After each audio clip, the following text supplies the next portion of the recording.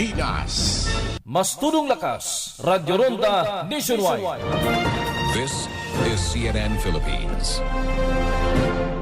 Signify their support to the program of the LTFRB. Bagamat kailangan daw ang PUV traditional jeepney modernization, mismong punsyong ito ng LTFRB ay sa gitna ng ikinakasang transport strike ng Grupong Manibela sa susunod na linggo. There is no pressure for us for the strike because more than groups. At sabihin natin, hindi, babaguhin talaga namin para hindi masyadong mabigat sa bulsa ng bawat isa. To keep the vehicle safe, sa aking palagay, dapat ang pwedeng gawin ay inspeksyonin yung mga vehicles. Kahit luma, may luma naman na maganda pa rin eh. May luma naman na pwede pang gamitin eh. So baka tignan natin. Ayon sa Transport Group ng Manibela, ang hiling lang nila ay mas mahabang panahon para maasikaso ang consolidation ng mga operator at makapagbuo ng sariling kooperatiba na siyang mamamahala sa mga modernong jeep na kanilang bibilhin kalaunan. Kakayanin po hanggang 1 taon para makapag-comply kami at ready na po yun at maghihintay na lamang po siguro kami. Pero wag naman pong bawiin yung aming prangkisa. Bakit kailangan bawiin yung prangkisa namin kung kailangan lang naman kaming pagsama-samahin? Si Transportation Secretary Jimmy Bautista nakikiusap sa grupo na makipagdialogo para mapag-usapan ang mga hinaing nila. Tiniyak din ng kalihim na hindi magkakaroon ng jeepney phase-out hanggat hindi sapat ang mga pampublikong mga sasakyan. Kawawa naman yung mga pasahero natin kung basta na lang magtititigil yung operations ng mga lumang sasakyan pero wala namang kapalit. No? Kaya nga yung implementation niyan ay on a phase, may different phases. No? Kaya yun ang gusto naming ipakiusap dito sa grupo na to na pag-usapan natin. Samantala, naghahanda raw ang pamahalaan ng mga sasakyan na magbibigay ng libreng sakay sa maaapektuhang mga pasahero sakaling matuloy pa rin ang transport strike. George Cahiles, CNN Philippines. Dahil sa naging desisyon ng LTFRB, sinusubukan pa ng CNN Philippines na alamin mula sa grupong Manibela kung itutuloy pa nila ang tigil pasada. Kinokonsidera ng ilang mambabatas ang pagbibigay ng emergency powers kay Pangulong Marcos para tugunan umano ang hindi pa rin bumababang presyo ng mga pangunahing bilihin kung ano ang naging reaksyon ng Pangulo sa ulat ni Carrie Cator. Hindi raw kailangan ng special powers ng Pangulo para tugunan ang tuloy-tuloy na pagtaas ng inflation. I have already the power to declare an emergency and to control the prices of commodities. So that I don't think there is any need for more than that. That is sufficient. Yan ang naging tugon ng Pangulo ngayong inaasahang papalo sa mahigit 9% ang inflation rate sa Pebrero. Maglalaro ito sa 8.5 hanggang 9.3% base sa pagtataya ng Bangko Sentral. Ang dahilan ang mas mahal na presyo ng LPG, gayon din ng karneng baboy, isda, itlog at asukal. Pero positibo pa rin daw kahit papaano si Pangulong Marcos na siya ring tumatayong Agriculture Secretary lalo pat tinututukan daw niya ang supply ng pagkain.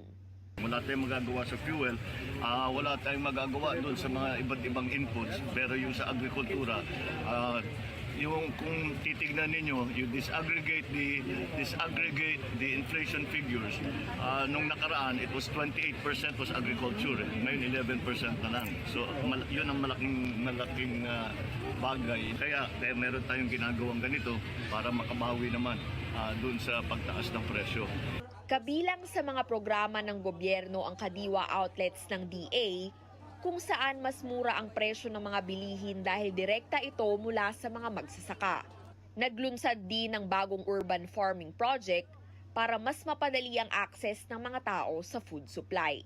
This program encourages our people to grow their own food and other kitchen ingredients close to home, which improves access to affordable, safe, nutritious meals every day. Nandito na sa Metro. This is a nationwide program that we have launched. And we have already 187 Kadiwa Center and at the same time urban gardens within Metro Manila.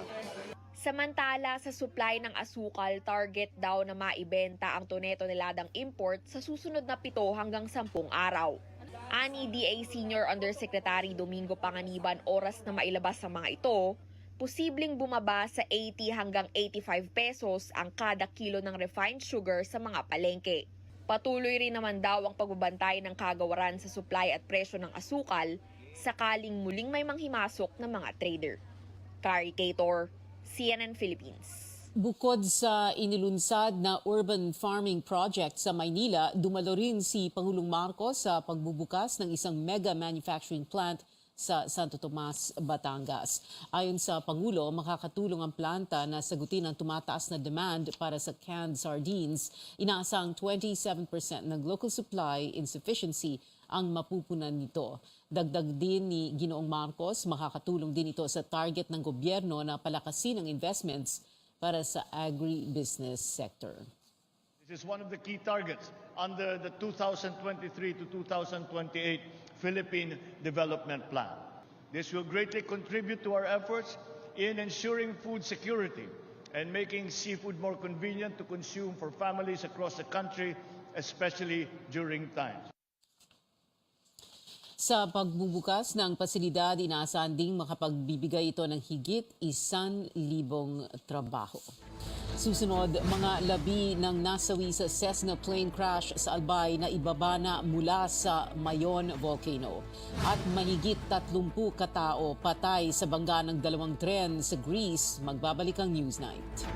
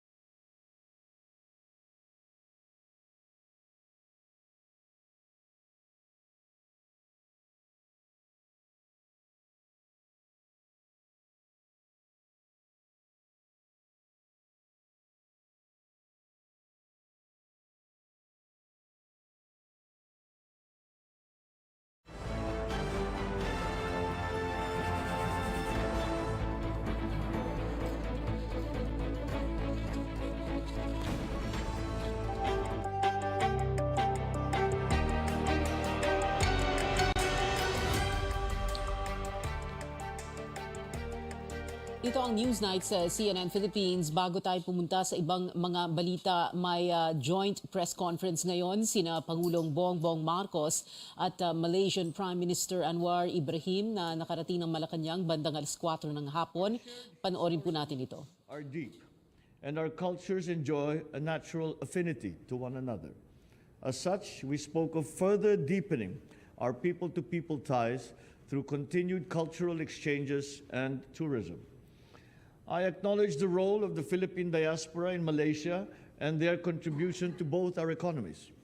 And as founding members of the Association of Southeast Asian Nations and the Brunei, Indonesia, Malaysia, Philippines East Asian Growth Area, the Philippines and Malaysia have ASEAN centrality embedded into our regional outlooks. We have thus resolved to support development and peace-building initiatives within this group, including the importance of achieving a resolution to the situation on Myanmar. We commended the progress made towards achieving sustainable and inclusive peace in Mindanao. It is a culmination of years of effort and sincerity amongst all parties, which will soon realize the dividends of peace. We have recognized the great contribution that Malaysia has made to the peace process in southern Philippines. And we hope that this support that they have shown over the past few years will continue and will continue to contribute to the success of the peace process and the establishment of the Bangsamoro Autonomous Region. I therefore invited Malaysia to continue supporting the Philippine government's efforts to bring development and enhancement to the livelihoods of Mindanaoans. Once again, I thank Prime Minister Anwar for coming to the Philippines, the first head of government I have had the pleasure of receiving during my administration. Your visit is a testament to our enduring friendship as ASEAN brothers who share the same vision of prosperity and of peace. Thank you, Mr. President. On behalf of Aziza and the delegation, I must express my profound thanks and gratitude for the warm welcome. And I believe and concur what you have expressed, the need to not only to reaffirm our commitment to work together, but to enhance Malaysia-Philippine relations, guided by shared interests, multidimensional bilateral cooperation, and vibrant people-to-people interaction. President Marcos Jr., let me assure you that the new administration in Malaysia will be more than happy to further enhance this collaboration. Our bilateral cooperation is multi-sectoral, covering trade and investment, education, health, agriculture, health, tourism, and culture. And I have alluded to earlier how our first generation of Malaysian professionals benefited immensely from the work at Los Baños and some of the known centers of learning in the Philippines. Our defense and security ties are also strong and growing. We share common borders and to an extent quite porous. Therefore, the collaboration needs to be further enhanced. We agreed to resume the 8th Joint Commission meeting to be led by both foreign ministers this year at a mutually convenient date. It's our turn to host this meeting, and I have advised the colleagues in the foreign ministry to facilitate and accelerate this process. We also discussed areas for further collaboration, new and important sectors such as halal industry, food security, which you have placed so much importance and have actually taken impressive strides in this direction. Digital economy, and are among the key areas that I propose as potential cooperation. The President and I also agreed that both countries should intensify efforts to increase the volume of trade and investments. We have had a good beginning, but there's no excuse why we can't further increase the both trade and investment that would be of tremendous benefit to both our countries. We also agreed that we should deepen the existing strong people-to-people ties through closer cultural and tourism collaboration, education, and sports. Malaysia stands ready to explore potential new collaboration with the Philippines in this regard. Now, the peace process in Mindanao. I must express again my profound thanks and gratitude. This has been a century-long contentious issues that invariably affect the region and in particular Malaysia too. And under your leadership, President, you have seen great strides in this direction. And I think it is only our duty as a good neighbor to support and facilitate the process. And I stand guided, whatever things need to be done at the bilateral, multilateral level to support this endeavor. It has to succeed in the interest of the Philippines and Malaysia and the region, and then utilize this enormous potential to the benefit of our people. Malaysia will also continue to offer assistance to the Bangsa Moro people through various capacity building programs, including through our Malaysia Technical Cooperation Program.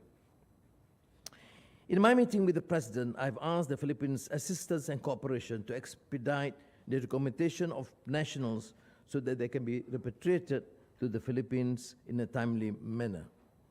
And I am pleased that the willingness to facilitate this arrangement in a mutually agreed fashion. We also reiterated our commitment to continue supporting and enhancing cooperation with the BIMMP, IAGA, including hosting the Brunei, Indonesia, Malaysia, Philippines Facilitation Center. I did express my concern about the contentious, unresolved Myanmar issue, which is affecting Malaysia adversely due to the huge number of refugees, exceeding 200,000 people now in Malaysia.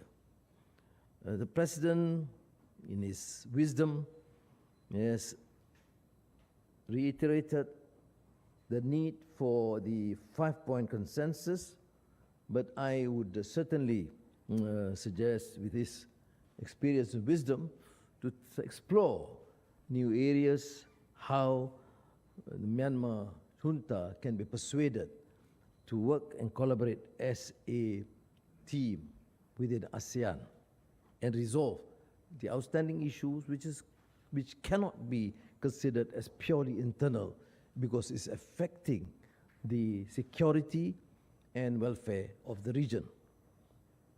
We did discuss the South China Sea issue, and I shared President Marcos Jr.'s concern that due to the complexity and sensitivity of the issue, we should try and engage and take the position at the multilateral level between ASEAN so that we have a comprehensive approach and achieve an amicable resolution to this outstanding problem.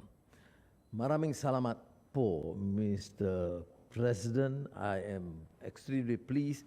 I must reiterate again that I was first here in Malacañang Palace when President Marcos was the president as a young Minister of Agriculture, and how pleased I am to be back here with Marcos Jr. Kambombong to be there. And thank you very much for this hospitality, and I'm of course deeply touched by your kind words and support. Thank you. Thank you very much.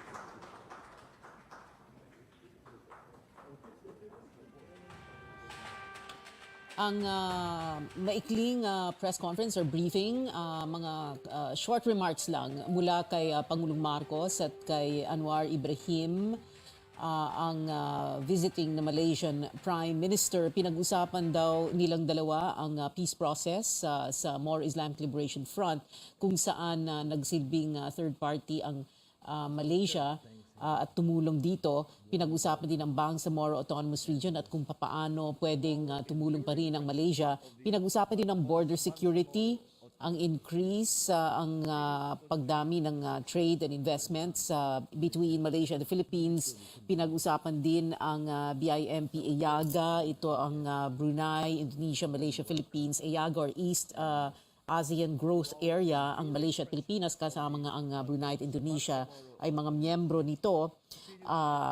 Na bring up din ni Malaysian Prime Minister Anwar ang kanyang mga concerns tungkol sa nangyayari sa Myanmar, kung saan ang junta ay in power at the moment. Sabi nga ni Anwar na hindi ito isang internal issue dahil apektado ang lahat ng mga neighboring countries. At pinag-usapan din ayon kay Anwar ang South China Sea issue, at dahil nga sabi niya sa complexity at sensitivity nitong issue ay dapat multilateral approach sa level ng ASEAN o ng Association of Southeast Asian Nations na kinabibilangan din ng Pilipinas at Malaysia. Sabi nga ni President Marcos ay unang head of government na bumisita sa Pilipinas sa kanyang administrasyon, sa ilalim ng kanyang administrasyon, si Prime Minister Anwar. Unang official visit ito ni Anwar sa Pilipinas bilang Prime Minister. He is 75 years old. Ika-10 Prime Minister siya ng Malaysia simula November 24 na nakaraang taon. Long-time opposition leader siya sa Malaysia. At medyo nagka-problema sila. In so many words, no, ni Mahathir Mohamad, ang dating Prime Minister Malaysia.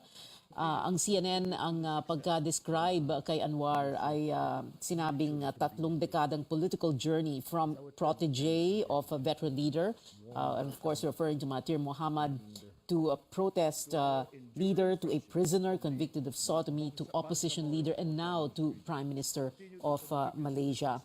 Ang Malaysia ay ang isa sa mga malalaking trading partners ng Pilipinas. Kasama din ng Malaysia sa Asia-Pacific Trade Deal, ang RCEP, ang Regional Comprehensive Economic Partnership, na ang ating Senado ay just ratified it. At meron din po tayong isang Maharlika Investment Fund that is modeled in part after many of the world's investment funds, kabilang ang sa Malaysia. Si Anwar Ibrahim ay nandito for a 2-day official visit. Meron siyang mga public lectures and other engagements. May isa pa tayong developing story tungkol sa oil spill sa Nauhan Oriental, Mindoro. Lumawak ang pagtagas ng langis sa Balingawan Point doon sa off the waters of the town of Nauhan, kasunod ng tuluyang paglubog ng motor tanker na Princess Empress na may kargang 800,000 liters ng fuel industrial oil. Ayon sa Coast Guard natin, tinatayang nasa 6 na kilometro ang haba at 4 na kilometro ang lawak ng oil spill. Naroon pa rin ang BRP Melchora Aquino para i-assess ang oil slick at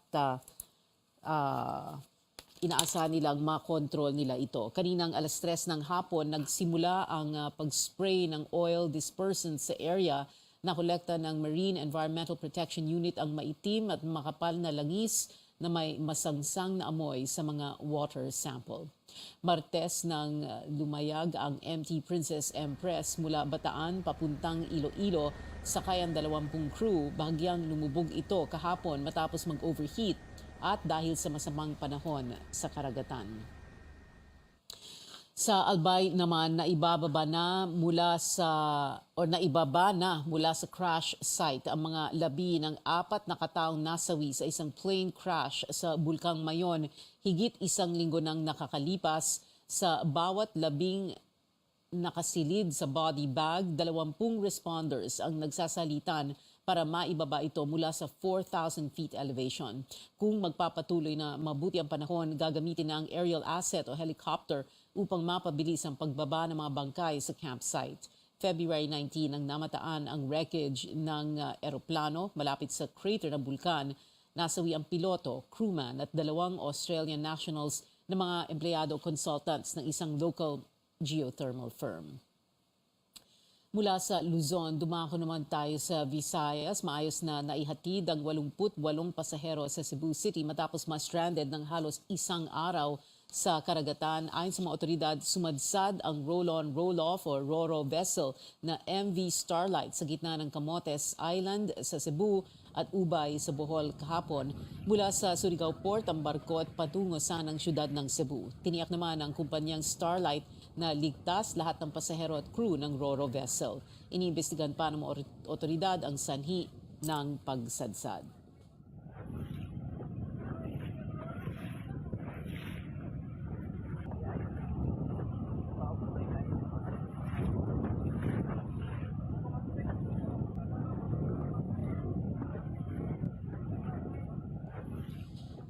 Kinwestiyon ng ilang senador kung bakit lahat ng 4 na dagdag na Enhanced Defense Cooperation Agreement sites ay ilalagay sa Northern Luzon. Pangamba ng mga mambabatas baka maipit ang Pilipinas sa nagkakainitang China at Taiwan na suportado ng Estados Unidos. Nanawagan rin ang Cagayan Provincial Government na huwag maglagay ng foreign forces sa probinsya. Magulat si Amor Santos. Umalma ang ilang senador sa posibilidad na sa Northern Luzon ilagay ang mga bagong sites ng Enhanced Defense Cooperation Agreement o EDCA. Sa mga dagdag na lokasyon na ito, pwedeng mag-station ng mga Amerikanong sundalo para sa joint training at exercises kasama ng mga tropang Pilipino. Tanong ni Senador Amy Marcos, chairperson ng Senate Committee on Foreign Affairs, bakit malapit sa Taiwan ang bagong EDCA sites? Baka raw maipit ang Pilipinas sa gitna ng away ng China at Taiwan, lalo't suportado ng Amerika ang Taiwan. What is our fight with Taiwan? I don't understand. No, ma'am. I'm So not why are we saying- doing all the military exercises in Northern Luzon a stone's throw or at least a boat ride away from Taiwan? Then clearly, the new expanded EDCA is addressing the escalation of tensions in the Taiwan Straits, not Philippine interests in the West Philippine Sea. We are therefore going to fight for another country, the United States. Sa isang panayam noong Nobyembre, inanunsyo ng nooy AFP Chief Bartolome Bacaro ang bagong EDCA sites sa Cagayan, Palawan, Zambales at Isabela. Pero giit ni Defense Secretary Carlito Galvez, wala pang nilalabas na opisyal na lokasyon ang gobyerno. Ongoing daw ang mga negosasyon at pwede pang mabago. The sense of Governor Mamba, of Governor D, of Governor Manotoc, and myself is that, in fact, Northern Luzon seems to be the location indicated by both the Americans and our own military. That's the site of the Balikatan exercises, Madam. For the Balikatan Yes, and not yes. the EDCA.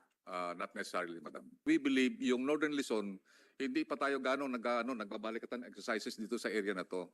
Matindi ang pagtutol ng lokal na pamahalaan ng Cagayan sa pagtatayo ng EDCA site sa kanilang probinsya dahil sa takot na madamay sila sakaling magkagirian ng China at Estados Unidos sa Taiwan.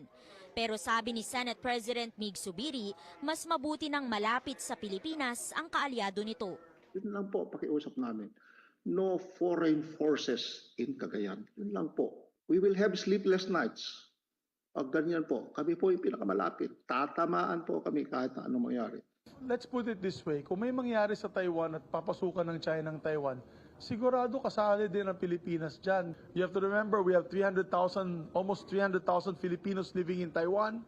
We also need a staging point to rescue our compatriots from Taiwan. Paalala naman ni Senate Minority Leader Coco Pimentel, hindi nasakop ng pagtutulungan ng Pilipinas at Estados Unidos sa ilalim ng Mutual Defense Treaty ang kagustuhan ni numang bansa na depensahan ang ibang teritoryo. Pag-isipan natin mabuti ito because I'm a chess player and I know the use of a pawn, which you sacrifice pawns, Madam Chair.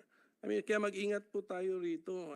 Kahit aminadong nagkaroon ng sama ng loob sa Estados Unidos, sinabi ni Senador Bato de la Rosa na ito pa rin ang tatakbuhan ng Pilipinas lalo na sa gitna ng anyay pambubuli ng China sa West Philippine Sea. Pero sabihan niyo yung Amerikana, kayo, halata masyado user kayo. Maisip lang nyo kami kapag may looming threat dyan sa Taiwan na dagdagan nyo. Halata masyadong move ninyo na gusto nyo Northern Luzon lagyan ng additional EDCA sites. Panawagan ni Senate Deputy Minority Leader Risa Ontiveros sa halip na umasa sa Estados Unidos, dapat bumuo ang Pilipinas ng mas malawak na koalisyon sa iba pang kaalyado nito. Amor Santos, CNN Philippines. Abangan, kilala si Pinoy content creator Bretman Rock para sa kanyang viral YouTube videos at TikToks, pero mukhang handa na rin siyang magpakita gilas sa pagsusulat. At Jordan Clarkson o Justin Brownlee, Chot Reyes nagbigay ng payag patungkol sa selection process ng Gilas Pilipinas para sa naturalized player nito sa 2023 FIBA Basketball World Cup. Ang detalye niyan at iba pang istorya dito sa Newsnight.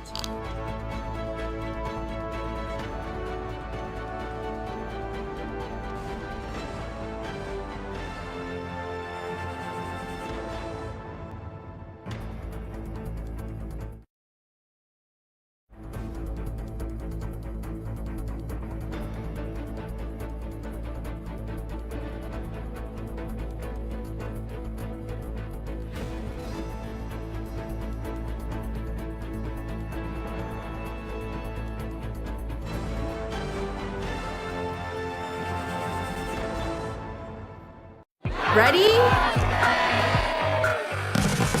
Wow. Mia, can you send me that? Sure. Mia, can you send me that? Mia, can you send me that? Will you send me that? Not you, Mia. Hey, can you send me that? Sure.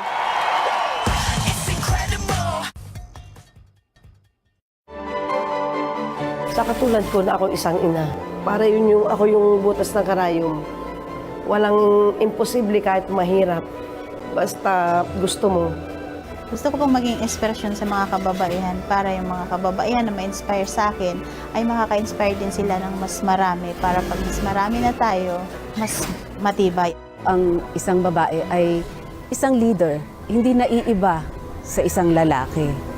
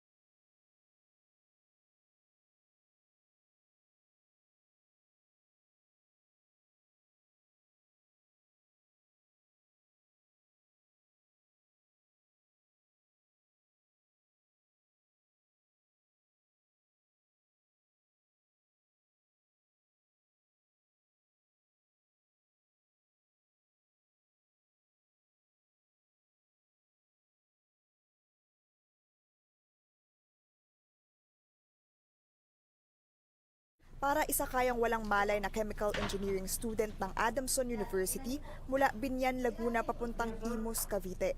Sa sasakyang ito binawian ng buhay ang biktima na kinilalang si John Matthew Salilig.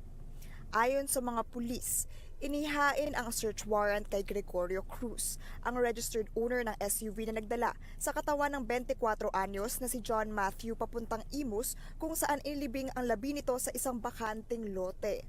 According sa statement ng witness, dito isinakay yung ating victim at papunta pa lang ng Binyan, dito na siya sinakay. Tapos yung after ng initiation right, dito din siya sinakay at dito siya binawian ng buhay sa sasakyan na ito.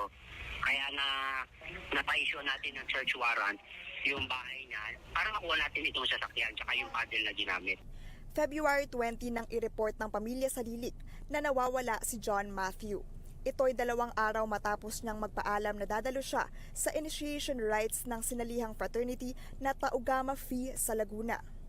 Sa tulong ng tip mula sa isang witness, natagpuan ng mga otoridad ang katawan ng biktima na puno ng bugbog at halos hindi na makilala. During our investigation, we have identified na yung mga kasama doon sa hazing and officers ng fraternity sa Adamson University. Yung isa doon, yung pinaka-presidente nila, siya yung nagturo kasi kasama siya sa naglibing. Actually, kasama siya sa naglibing, siya yung nagturo kung saan nila inilibing ito sa Imus, Cavite. Kaya natin natagpuan. Napangalanan lamang si John Matthew nang kumpirmahin ito ng kanyang kapatid. Tinitingnan ngayon kung ang pagkamatay ng biktima ay bunsod ng tinamo nitong mga palo sa hazing na kasali sa initiation rites.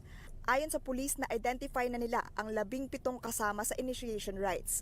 6 sa mga ito ay inimbitahan na, habang may mga naaresto dahil sa kasong obstruction of justice. Muling ipinaalala ng mga otoridad na mahigpit na ipinagbabawal na ang nakasanayang hazing tuwing may mga bagong miyembro sa mga fraternity. Meron tayong anti-hazing law, yung Republic Act 8049, at ang penalty nga niyan habang buhay na pagkakulong. Dito sa pagpapatupad ng anti-hazing law, dapat dito katuwang natin yung mga school officials at katuwang din natin yung pamilya ng ating mga estudyante. Kasi papasok lang ang PNP dyan pag may violation of law na. Yung preventive niyan more on nandun sa mga school officials sapagkat yung mga fraternity natin most open sa loob ng premises ng ating mga eskwelahan. Sa isang pahayag, sinabi ng Adamson University na magsasagawa ito ng sariling investigasyon. Samantala, nagpahayag naman ang Tau Gamma Phi Fraternity na kinukondena nito ang lahat ng uri ng karahasan. Siniguro rin itong sumusunod ito sa batas. Ayon sa PNP, hinihintay na lang na maihain ang kaso para makipag-ugnayan ang mga otoridad sa Bureau of Immigration upang maisama sa watchlist ang mga sangkot sa pagkamatay ni John Matthew. Chrissy de Matulak, CNN Philippines. Gawa rin ng parallel investigation ng Department of Justice sa hazing incident, inatasan na ng DOJ ang National Bureau of Investigation o NBI na manguna sa kaso. Kinondena ng mga senador ang pagkamatay ng isang estudyante ng Adamson University sa hininalang fraternity hazing. Ikinalungkot ni Senate President Mig Zubiri ang nangyari kay John Matthew Salilig na hininalang namatay sa initiation rites ng Tau Gamma Phi Fraternity. Muli niyang pinaalala na ang parusa ng hazing ay reklusyon perpetua. Ikinagalit naman ni Senator Win Gatchalian ang sinapit ng chemical engineering student. Dismayado rin si Gatchalian sa pagpapatuloy ng hazing kahit may batas na laban dito. Para kay Senator Risa Ontiveros, walang lugar sa lipunan ng hazing. Hinamon niya ang otoridad na mapanagot ang lahat ng nasa likod ng insidente. Hindi naman tutol si Senator Bato de la Rosa sa fraternities pero kailangan din bantayan ng school administration ang mga ganitong samahan. Enforcement, nagkukulang siguro sa part ng school management. Talagang, ewan ko, if they're tolerating these practices, I'm sure they're not. Sana mag-institute sila additional measures na mabantayan yung dalawang estudyante na hindi mabiktima sa hazing. I'm not providing fraternities, but siguro yung fraternity themselves should police the ranks and the school administration, very crucial. Kasi ang police naman, the police cannot be around every square inch of the territory. May misa ang Adamson University bukas ng tanghali para kay John Matthew Salilig, hinikayat ang mga estudyante na magsuot ng itim. Isang linggo lang matapos mabistong nagnakaw ang 5 empleyado ng Office for Transportation Security sa Ninoy Aquino International Airport, isa na namang security screener ang arestado dahil sa pangungulimbat ng relo ng isang dayuhan. Para sa detalye, may live report si Paige Javier mula Pasay. Paige. Pia, isa na namang tauhan ng Office of Transportation Security o OTS ang nahuling nagnanakaw sa pasahero sa NAIA.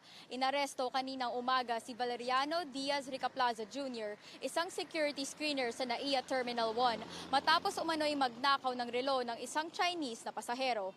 Ayon kay OTS Administrator Mau Aplasca, nangyari ang insidente kaninang alas 2:30 ng madaling araw. Ayon daw sa pasahero na si Sun Yu Hong, tinanong niya si Ricaplaza tungkol sa relo na dumaan sa security check kasama ng kanyang mga bagahe. Itinanggi daw ni Ricaplaza na nakita niya ang relo, dahilan kung bakit pinareview ang CCTV footage sa lugar. Sa video, kitang kinuha ni Ricaplaza ang relo ng pasahero. Kasalukuyang nasa kustodiya ng PNP Aviation Security Group ang suspect. Ito ang pangalawang insidente ng pagnanakaw ng security screening officer sa loob ng isang linggo. Noong Pebrero 22, nahuli rin sa isang video ang ilang tauhan ng OTS na nagnakaw ng pera mula sa isang Thai national sa Terminal 2. Isinailalim sa preventive suspension ang 5 empleyadong sangkot sa insidente habang pinag-aaralan ang isasampang administrative at criminal charges. Naunang sinabi ng Manila International Airport Authority na maaari raw itong isang modus. Pinaigting ng otoridad ang seguridad sa paliparan gaya ng pagtanggal ng glass film sa pinangyarihan mismo ng insidente para kita ang galaw ng mga empleyado. Kasama na rin ang posibleng paglagay ng karagdagang CCTV camera sa mga tinatawag na blind spot sa paliparan. Tinitingnan rin ang posibilidad na ilipat sa MIAA ang employment ng mga taga-OTS na nagmamando sa mga security screening areas. Kanina ay naglabas din ng pahayag ang MIAA ukol sa insidente ngayon. Kinondena nila ang mga insidente ng pagnanakaw dahil daw nagpapakita ito ng masamang imahe sa mga paliparan at pati na rin sa turismo sa bansa. Pia? Maraming salamat, Paige Javier. Kinondena ng Manila International Airport Authority ang mga insidente ng pagnanakaw sa NAIA, paglabag daw ito sa tiwala at integridad ng isang public servant. Nilagay rin daw nito sa alanganin ng reputasyon ng paliparan at ng buong bansa. And susunod, the NBA star Kevin Durant sasalang na sa unang laban bilang miyembro ng Phoenix Suns. At 2 miyembro ng tanyag na South Korean boy band magbabalik sa Pilipinas, manatiling nakatutok sa Newsnight.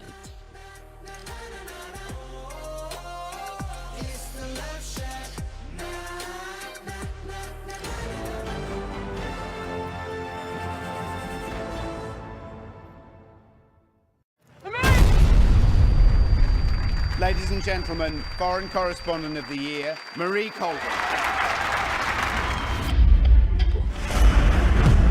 Our mission is to speak the truth to power.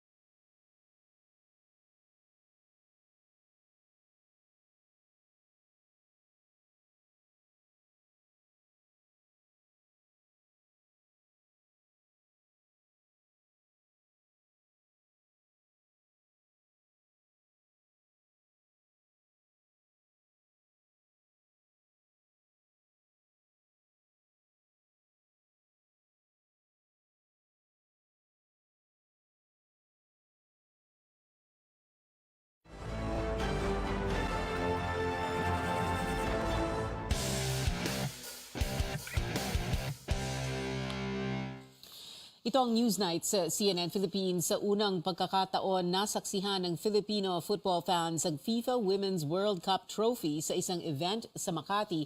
Nasa bansa ang tropeyo hanggang bukas bilang parte ng promotional tour ng World Cup na gaganapin mula July 20 hanggang August 20 sa Australia at New Zealand. Ang Pilipinas ang third stop ng tour na dadayo pa sa mahigit 20 bansa.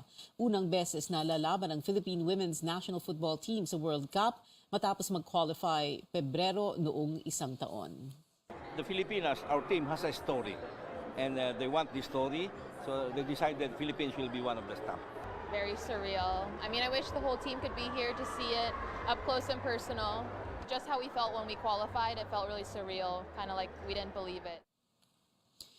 Makakaharap ng Pilipinas ang New Zealand, Norway at Switzerland sa Group A ng World Cup. Nahaharap sa malaking desisyon ng Gilas Pilipinas kung sino ang magiging naturalized player nito sa 2023 FIBA Basketball World Cup. Nagpakita ng all-around performance si Barangay Ginebra resident import Justin Brownlee sa nagdaang window ng Asian qualifiers. Ang kanyang average, 29 points, 8 rebounds at 4 assists. Sa kabilang banda, ang Utah Jazz star at dating NBA Sixth Man of the Year na si Jordan Clarkson naman may average ng 25 points, 6.5 assists at 5.5 rebounds noong fourth window. Pero ani head coach Chot Reyes, dadaan pa sa proseso ang pagpili ng naturalized player at maging sa locals na ipapasok sa lineup. Well, first of all, with Justin's performance, there's little to say. I mean, you also how effective Justin is and how well he played.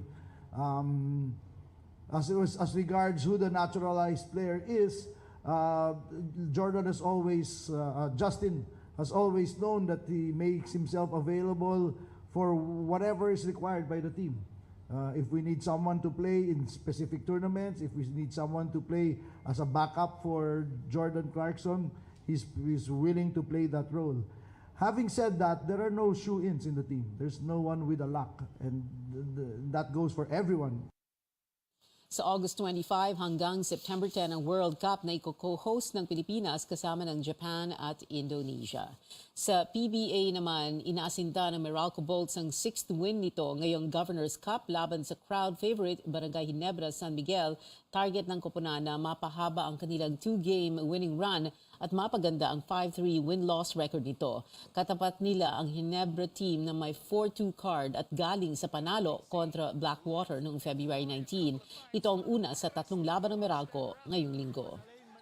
We just played Magnolia last Sunday and NLEX last Thursday, so we're in the middle of a 5-game, maybe 10-day stretch as far as our schedule is concerned. So Kunting Mahirap, Pero. We won the first 2 games, so we have a little bit of momentum going into the Ginebra game. Of course, alam lahat, diba? Magaling Ginebra teams. So we're really going to have to be on our A game. We're going to get a victory tonight. Galing pala ni Coach Norman magtagalog. Kasagsagan ng laban ng dalawa sa Araneta Coliseum kung saan nangunguna Meralco 61-54 sa halftime. Samantala nanaigang Phoenix Super LPG Fuel Masters laban sa Rain or Shine Elasto Painters 114-106 sa first game ngayong araw. Balitang NBA naman, inanunsyo ng Phoenix Suns na inaasa maglalaro na bukas si 2014 League MVP at 13-time All-Star Kevin Durant laban sa Charlotte Hornets. Kinuha ng Phoenix si Durant mula Brooklyn Nets noong Pebrero sa isang 14 trade. Pero ngayon pa lang siya makakapaglaro dahil sa tinamong sprain sa kanang tuhod noong Enero. Bago ang injury, nag-average ang 34-year-old forward ng 29.7 points, 6.7 rebounds at 5.3 assists sa 39 games sa Brooklyn. I was having fun out there before I got injured, so looking forward to going out there and picking up where I left off. And I know it ain't going to be that smooth. I know it's going to take me some time to get used to everything early on, but as far as just having fun and just getting lost in the game, I'm looking forward to doing that again. Magtatapat ang Phoenix at Charlotte bukas, alas 8 ng umaga sa home court ng Hornets. Comeback is real para sa ilang K-pop star dito sa ating bansa, kabilang dyan sina Sehun at Chanyeol, maging ang K-pop girl group na ITZY. Tama ba yun? Yan at ilan pang showbiz updates hatid sa atin ni Sam Sanwani. Sam. Pia, all out ang K-pop news natin ngayong araw. First on the list, ang pagbabalik Manila ng EXO members na sina Sehun at Chanyeol o mas kilala bilang EXO SC para sa isang fan concert after 4 years. Gaganapin yan sa May 20 sa Araneta Coliseum. Additional details tulad ng ticket prices, seat plan at selling dates have yet to be announced. Ito ang first Manila show nila Sehun at Chanyeol bilang duo at subunit ng grupong EXO. Bumisita ang EXO sa Manila noong 2019 para sa kanilang Exoplanet 5 Exploration World Tour. Samantala, Mid-C, this is not a drill dahil ang K-pop girl group na ITZY ay babalik din sa Manila after 3 months of their Checkmate World Tour para sa isang fan meeting. Gaganapin yan sa Mall of Asia Arena on April 16. Wala pang detalye para sa ticket selling. At sad news naman para sa Astro fans dahil ang main dancer at lead rapper nitong si Rocky will be leaving the group. Kinumpirma yan ng kanyang agency na Fantasio. Nag-expire na kasi ang contract nito sa naturang agency but Fantasio says sincerely rooting pa rin sila sa future career ni Rocky. Kinumpirma ng Tony-winning singer-actress na si Lea Salonga na magbabalik siya sa Broadway. Sa isang Instagram post, ibinahagi ni Salonga na magiging performer at producer siya ng Here Lies Love, isang musical patungkol sa buhay ni dating First Lady Imelda Marcos. Gagampanan niya ang papel ni Aurora Aquino, ina ni dating Senador Benigno Ninoy Aquino Jr. Mapapanood ang Here Lies Love sa Broadway Theaters sa New York City. Magsisimula ang preview performances sa June 17 habang ang official opening night ay sa July 20. Speaking of Filipino talent, andito sa bansa si Bretman Rock para ipakita na hindi lang siya viral content creator, kundi isang author na rin. Inilabas na ni Bretman ang kanyang libro at merong siyang book signing event sa Sabado at Linggo para dyan. Nang makapanayam ko ang Hawaii-based YouTuber na malapit sa 9 million na ang subscribers sa platform, nagkwento or rather, nag-manifest siya kung ano ang susunod niyang mga hakbang. I feel like what's next is the movies. Girl, I'm ready for a bigger screen for Bretman Rock. And I think after this book, which really, truly was so energetically draining, honestly, because I talk about so many traumatic stuff. I think I'm excited to have a break, but I'm also excited to just hone in on my acting and take some improv classes and writing. Ang part 1 ng interview ng CNN Philippines kasama si Bretman Rock mapapanood bukas dito sa Newsnight. Mukhang magkakaroon na ng part 2 ang pelikulang Freaky Friday. Nang tanungin tungkol dito, sabi ng star ng original movie na si Jamie Lee Curtis sa media company na Variety, of course it's going to happen. Ang 2003 fantasy comedy ay tungkol sa isang nanay at kanyang teenage daughter played by Lindsay Lohan, na nagkapalit ng katawan. Dati nang ipinahiwatig ni Curtis na magkaka-sequel nang mag-post siya ng throwback photo kasama si Lohan with the caption, "Freaky Fingers Crossed." Inilabas na ang live-action film adaptation ng 1953 hit animated classic na Peter Pan and Wendy. Tampok dito ang first Black Tinkerbell, played by American actress Yara Shahidi. May mga changes din daw pagdating sa remake nito. For one, ang grupo ng Lost Boys ay may kasamang babae. Gagampanan ni British actor Alexander Maloney ang role ni Peter Pan, habang ang American actress at model na si Ever Anderson ang gaganap bilang Wendy. Ang English actor na si Jude Law naman ang gaganap bilang Captain Hook. Here's a look. It's hard.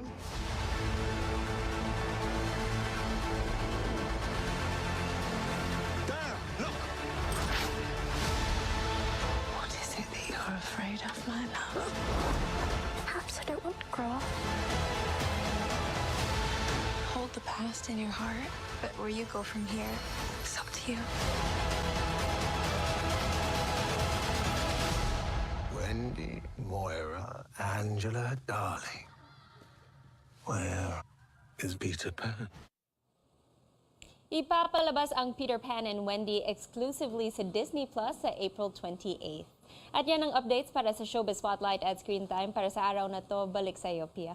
Maraming salamat sa iyo, Sam Zadwani. At yan ang mga kailangan ninyong malaman ngayong Miyerkules, March 1, 2023. Magkita-kita ulit tayo mamayang alas 8 sa Politics as Usual at bukas dito pa rin sa CNN Philippines. Ako si Pia Ontiveros at ito ang Newsnight.